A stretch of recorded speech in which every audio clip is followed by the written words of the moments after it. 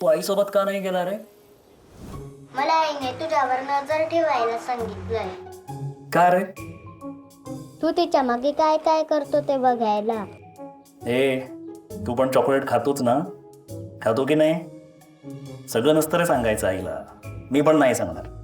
आपण दोघे मित्र आहोत की नाही? हो, मी जेव्हा तुझ्याकडे 500 रुपये मागितले नरकासूर करायला, तेव्हा तू मोठा हरिश्चंद्रासारखा बघला ना रे.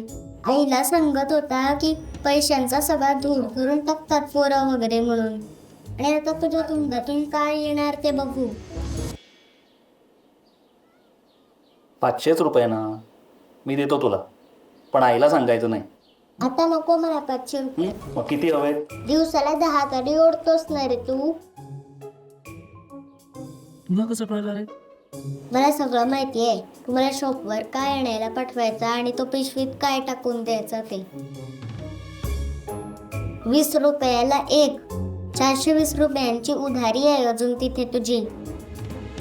किती वर्ष झाली असेल रे तुला उडता उडता? 15, 16. चल 20च वर्ष पकडू. 14 लाख रुपयांचा धूर केला तू, बी नाही. मला 500 रुपयांच्या नरकासुराचा धूर झाला तर चालतो, पण तुझा धूर झालेला मला अजिबात चालणार नाही.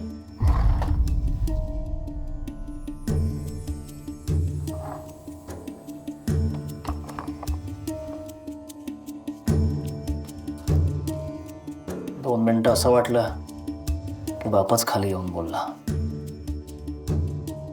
मी जन्म